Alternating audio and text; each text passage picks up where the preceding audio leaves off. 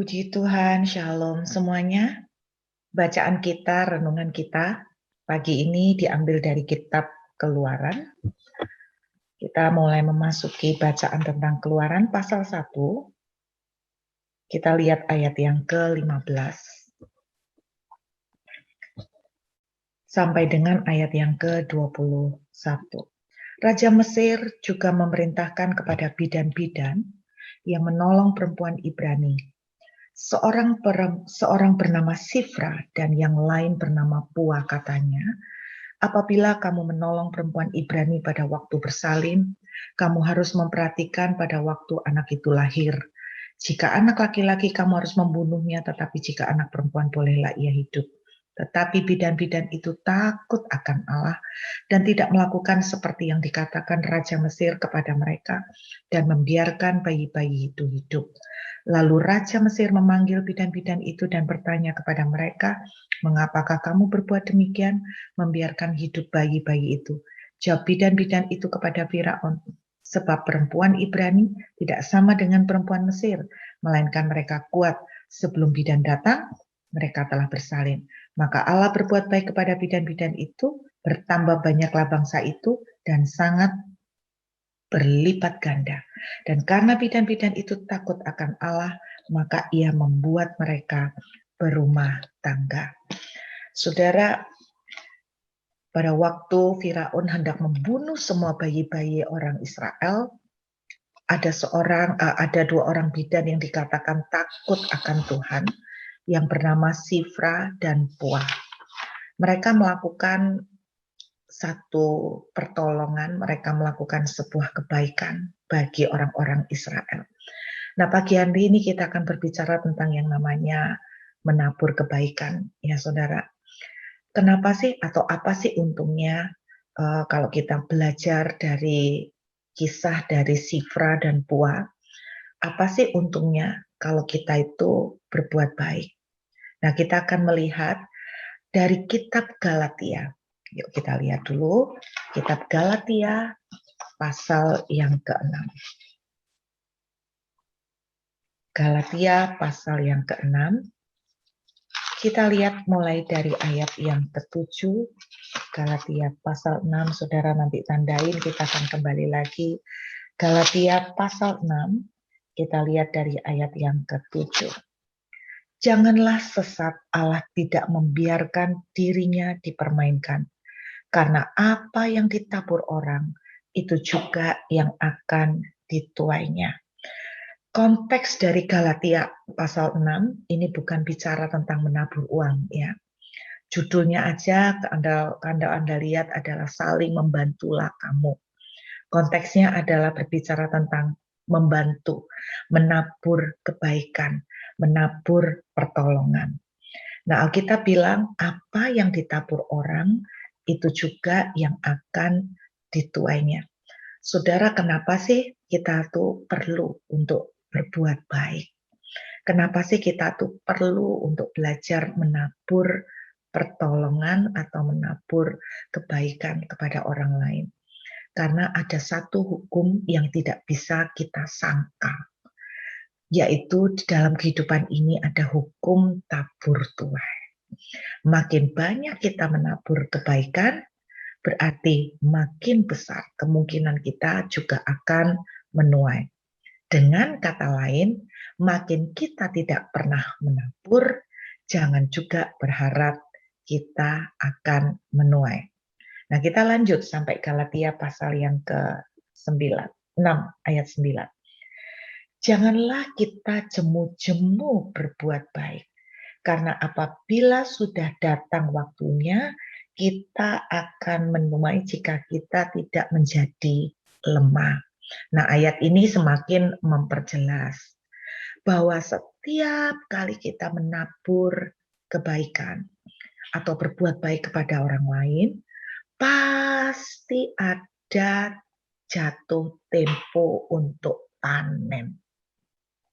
Pasti ada jatuh tempo untuk panen. Nah, itu jelas. Berarti kalau saudara ingin menuai banyak, saudara harus mulai membiasakan diri yang namanya belajar menabur berbuat baik, menabur kebaikan. Oke ya, belajar menabur kebaikan. Alasan kedua, kenapa sih kita ini perlu belajar untuk berbuat baik atau apa untungnya? Saya menemukan Amsal pasal 11. Yuk kita lihat. Amsal pasal 11. Kita lihat ayat yang ke-17. Menarik sekali Amsal 11 ayat yang ke-17 bilang begini, saudara. Orang yang murah hati. Apa sih artinya murah hati? Namanya murah itu dibikin murah. Berarti itu cincai lah ya kan. Orang bahasa Cinanya tuh cincai lah. Orang murah hati itu berarti kita itu memberikan sesuatu kepada orang lain yang sebetulnya harganya tidak segitu. Harusnya mahal tapi kita bikin murah, kita kasih sale gitu kan. Nah ini yang namanya murah hati. Dengan kata lain kita tuh melakukan sebuah kebaikan. Orang yang murah hati, menarik ayat ini bilang begini loh. Kalau Anda berbuat baik, murah hati, Anda sedang berbuat baik kepada diri sendiri. Wow, ini ayat luar biasa ya. Jadi ternyata sebenarnya kalau kita itu berbuat baik, jangan pernah menyangka atau bilang begini, lu tuh sudah untung ya, aku tuh baik sama kamu. Lu tuh sudah hoki, gue ini mau baik sama kamu. Jangan jual, jangan cerewet-cerewet, jangan sok-sokan. Kalau gue baik sama kamu nih, lu hoki, untung gue masih baik sama kamu. No, menurut Amsal pasal 11 ayat 17, ketika saudara melakukan sebuah kebaikan, Alkitab menuliskan Anda berbuat baik kepada diri sendiri. Nah lucunya ayat berikutnya, kalimat berikutnya bilang begini, orang yang kejam, berarti kan tidak berbuat baik, malah menyiksa badannya sendiri. Wow, ternyata kalau kita ini melakukan sebuah hal yang tidak baik, kebalikannya ya, kita tuh dalam tanda kutip rada jahat nih sama orang, ternyata kita itu sedang merusak badan kita sendiri. Jangan-jangan, saudara, kenapa kita menyiksa badan kita sendiri? Jangan-jangan bahwa ketika kita melakukan kejahatan sama orang lain, itu juga yang Tuhan bilang, dampaknya tabur tuai. Anda sedang mendatangkan kutuk. Anda sedang mendatangkan sesuatu yang buruk pada diri kita sendiri. Makanya jangan heran kenapa banyak orang, saya nggak bilang semuanya, banyak orang yang menyimpan istilahnya dendam. Orang dendam itu kan berarti bawaannya itu kepengennya nampar orang lain, bawaannya itu kan pengen bila perlu bogem orang yang menjengkelkan. Alkitab menuliskan orang yang mau bikin kejahatan, itu tidak dituliskan loh, orang yang kejam sama orang yang memang patut menerima kekejaman. Tidak ditulis gitu. Berarti pokoknya melakukan jahat sama siapapun, itu bisa mendatangkan siksaan buat badannya. Jangan kaget ketika kita menemukan banyak orang-orang yang kena sakit. Itu yang mungkin terkena penyakit serem-serem, itu juga berawal dari karena hatinya tuh selalu pengen bales, hatinya tuh selalu pengen pahit sama orang lain.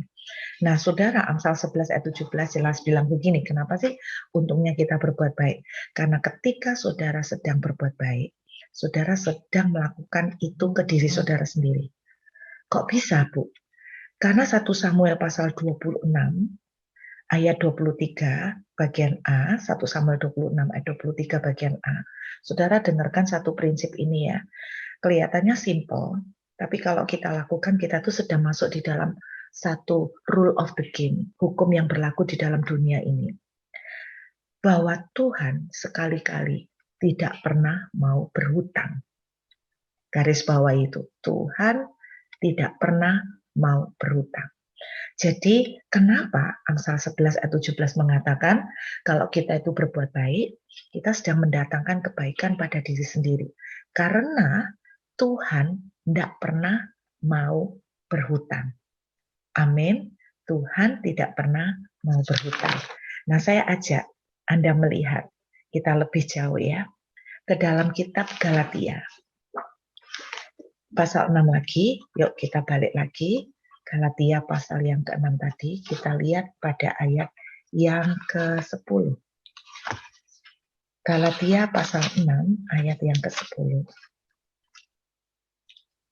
Ada sesuatu yang menarik ya saudara. Alkitab menuliskan kenapa kita harus berbuat baik, karena satu, ada hukum tabur tuai. Berarti kalau mau menuai banyak, kita mesti menabur banyak. Menabur apa? Bukan duit, tapi kebaikan. Nah, namanya kebaikan bentuknya macam-macam ya. Bisa berupa segelas air, bisa berupa uang juga, bisa berupa pertolongan dalam bentuk apapun. Yang kedua, kenapa kita perlu berbuat baik? Karena ketika sedang melakukan kebaikan, ternyata kita tuh sedang masuk di dalam satu hukum di dunia ini, bahwa itu akan balik ke kita. Jadi sebetulnya waktu kita berbuat baik itu sebetulnya kita tuh baikin diri kita sendiri. Kenapa? Karena Tuhan tidak pernah mau berutang. Nah, perhatikan ayat yang ke-10. Karena itu, Galatia pasal 6 ayat 10, selama masih ada kesempatan bagi kita, marilah kita berbuat baik kepada semua orang. Jadi sedapat-dapatnya kalau itu bergantung pada kamu, berbuat baiklah kepada semua orang. Jadi berbuat baik macam-macam, bukan hanya memberi bentuk fisik, tapi juga termasuk kita ngampunin, itu berbuat baik semuanya. Tetapi menarik ini ya, ayat 10, terutama kepada kawan-kawan kita seiman. Saudara, ternyata kalau kita baca Galatia pasal 6 ini, ternyata gini, kita berbuat baik sama semua orang, itu aja kita udah masuk dalam hukum tabur tuai. Dan pasti itu akan balik ke kita. Ternyata ada peningkatan, ada level. Kalau kita tuh buat baik sama saudara seiman, Alkitab bilang teristimewa lagi buat saudara seiman. Saya ingat satu ayat lagi. Wah, pagi ini kita membuka ayat cukup banyak ya. Matius pasal yang ke-10. Matius pasal yang ke-10. Saya waktu mengerti ini, wow, ternyata powerful banget ya tentang berbuat baik. Matius pasal 10 ayat yang ke-41. Kita lihat yuk dari ayat 41. Barang siapa menyambut seorang nabi sebagai nabi, ia akan menerima upah nabi. Dan barang siapa menyambut seorang benar sebagai orang benar, ia akan menerima upah orang benar. Dan barang siapa memberi air sejuk secangkir saja pun, bukan sebotol, secangkir saja pun kepada salah seorang yang kecil ini karena ia muridku, berarti kan kepada orang seiman ya, kepada muridku, aku berkata kepadamu, sesungguhnya ia tidak akan kehilangan upahnya daripadanya. Wow, ternyata kalau kita tuh berbuat baik, saudara sedang sebetulnya membalikkan itu ke kita sendiri. Baik itu ke orang yang sudah kenal Tuhan maupun bukan. Tetapi Alkitab menuliskan kalau kamu memberi air secekir aja kepada orang yang menjadi murid-murid Tuhan, menurut ayat ini, kita tidak akan pernah kehilangan upahnya. Berarti makin lebih dahsyat lagi. Nah, saya mau cerita dulu satu kisah nyata dalam sebuah sejarah nih ya. Saudara, ada seorang yang bernama Josh Bull, ya, ada yang seorang bernama Josh Bull. Nah, tadinya dia itu bekerja sebagai seorang pelayan di sebuah hotel di Amerika, di sebuah kota yang namanya Philadelphia. Jadi dia menjadi seorang pelayan di hotel kecil. Nah, kadang-kadang dia tuh serabutan. Ya bellboy, kadang-kadang dia juga resepsionis. Kenapa? Karena hotel itu sangat kecil di Philadelphia. Pada waktu malam itu, dia kebetulan lagi bertugas bantu di meja resepsionis. Ketika pada malam itu sudah hampir midnight, sepasang suami istri yang tua datang dan mereka di tengah kedinginan dan cuaca yang sangat buruk karena terjadi hujan badai, mereka sedang membutuhkan kamar. Nah, rupanya mereka sudah pergi ke beberapa hotel yang lain, tetapi mereka tidak menemukan kamar. Sehingga akhirnya mereka berdua sampai ke hotel kecil itu. Dan ternyata di hotel kecil itu pun di mana Josh Bull bekerja, semua kamar sudah penuh. Tetapi hati Josh Bull itu tergerak oleh belas kasihan karena dia tidak mungkin membiarkan pasangan yang tua itu pergi tanpa mendapatkan kamar di tengah hujan badai. Lalu dia berkata begini, kalau Anda berdua tidak keberatan, saya tinggal di sini sebagai pelayan di sini. Kami tuh punya satu kamar kecil untuk kami istirahat kalau kami misalnya harus shift malam. Kalau Bapak tidak keberatan, Bapak bisa tidur di kamar saya. Memang bukan kamar yang mewah, tetapi cukup untuk membuat Bapak sama Ibu nyaman, paling tidak untuk bermalam sampai malam ini, sehingga besok Bapak dan Ibu bisa mencari kamar lain yang lebih baik. Terus kedua suami istri melihat dengan bingung, tapi sekaligus ragu. Seakan-akan, nah terus Bapak sendiri gimana gitu kan. Lalu Josh Bull berkata gini, oh enggak usah khawatir tentang saya akan baik-baik saja. Akhirnya kedua pasangan suami istri ini menerima tawaran itu. Keesokan harinya ketika mereka keluar dari hotel, si bapak tua ini bilang begini, Anda itu orang yang baik, Anda tuh seharusnya menjadi pemilik hotel yang terbaik di Amerika. Karena Anda itu baik sekali di dalam melayani customer. Mungkin suatu hari nanti saya akan membangunkan hotel untuk Anda. Si Josh Bull mendengar itu dan tertawa dan tersenyum. 2 tahun kemudian, Josh Bull tidak pernah lagi ingat dengan peristiwa itu. Karena itu sebuah peristiwa kecil. Dia mendapatkan sebuah surat. Dan di dalam surat itu disertakan dengan tiket perjalanan pulang pergi ke New York. Dan di dalam surat itu dijelaskan, yang menulis surat itu adalah pasangan tua yang pernah ditolong oleh Josh Bull 2 tahun sebelumnya. Dan beliau mengundang Josh Bull untuk datang ke New York.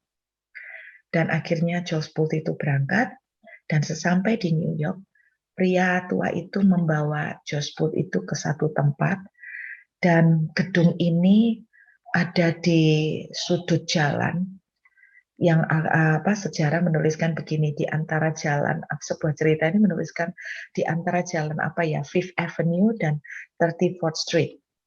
Di cornernya, di tikungannya itu ada sebuah gedung baru. Lalu orang tua ini menunjuk kepada gedung baru ini dan dia bilang begini, itu hotel baru yang saya bangun supaya Anda kelola. Jadi pria itu namanya adalah William Waldorf Astor. Jadi dia pemilik hotel Astoria yang besar di New York. Nah, saudara, berawal dari sebuah kebaikan yang sederhana, yaitu menawarkan sebuah kamar. Bagaimana berujung dengan merubah nasib Josh Bull. Ini yang saya maksud bahwa kita itu hidup dalam sebuah hukum tabur tuai. Makanya Alkitab itu menuliskan begini, kalau kita itu ada orang yang marah, kita itu lakukan kebaikan sama orang yang marah sama kita. Karena engkau seperti menimbun bara api. Nah, kok menimbun bara api? Karena kita membayangkan dari culture kita ya, menimbun bara api lak kobong, lak tambah panas. Bukan, saudara. Ternyata menimbun bara api itu berbicara tentang konteks itu membangkitkan sukacita, membangkitkan sukacita yang besar pada diri kita, mendatangkan sukacita dan api berkat yang luar biasa buat kita. Jadi dengan kata lain, ketika saudara menabur kebaikan, apapun itu bentuknya, ingat, tidak ada yang sia-sia. Saya ngalamin pada waktu saya rutin ikut doa pagi, dan sekarang kan jadi terhalang karena sudah ada balik sekolah lagi. Dan sekolah berangkat harus pagi-pagi. Jadi hari ini sebenarnya saya juga sekolah Bapak Ibu. Jadi ini nanti bakalan telat. Tapi saya sudah minta izin. Saudara kita ini, waktu saya ngalamin doa pagi aja ya, waktu doa pagi, nggak usah jauh-jauh. Saya itu kadang-kadang terus terang ketika banyak kegiatan dan lelah, kadang-kadang rasanya bangun pagi nih, kan lumayan kalau tidurnya rada dimolorin dikit. Dan ketika bangun pagi-pagi belum terbiasa ya. Kemudian saudara doa pagi rutin seperti ini. Satu kali saya sungguhan pernah ngomong gini sama Tuhan. Aduh Pak, sebetulnya capek banget mau doa pagi ini.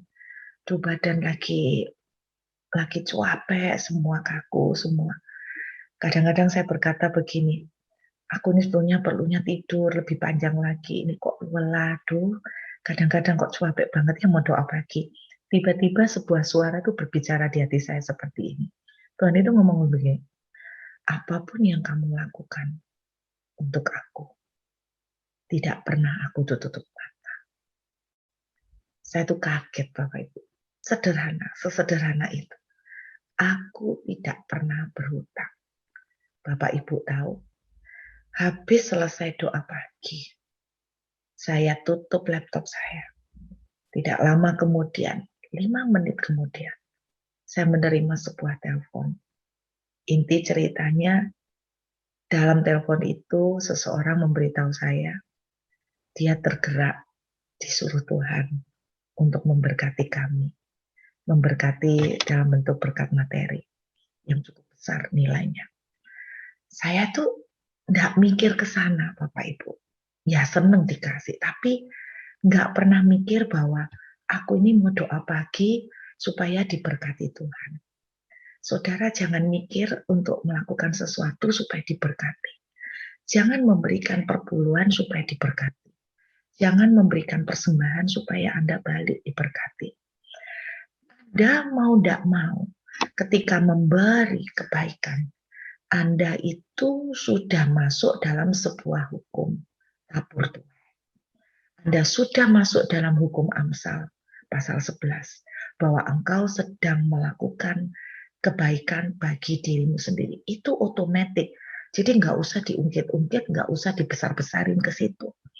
Jangan sengaja melakukan itu supaya dikasih kebaikan lebih banyak lagi. Jadi biarlah hati kita itu melakukan kebaikan itu dengan tulus. Dan saudara, saya akhiri dengan satu ayat. Kolose pasal 3. Kolose pasal 3 ayat yang ke-23. Kolose pasal 3 ayat yang ke-23. Apapun juga yang kamu perbuat, perhatikan. Perbuatlah dengan segenap hatimu. Kalau dengan segenap hati berarti nggak ada yang namanya motivasi aku memberi supaya Tuhan itu memberkati aku. Berarti kan nggak segenap hati, nggak tulus itu. Dengan segenap hati itu tulus apa? Seperti untuk Tuhan, tulus karena kamu mengasihi Tuhan. Engkau memberi waktu doa pagi, tulus karena kamu mengasihi Tuhan.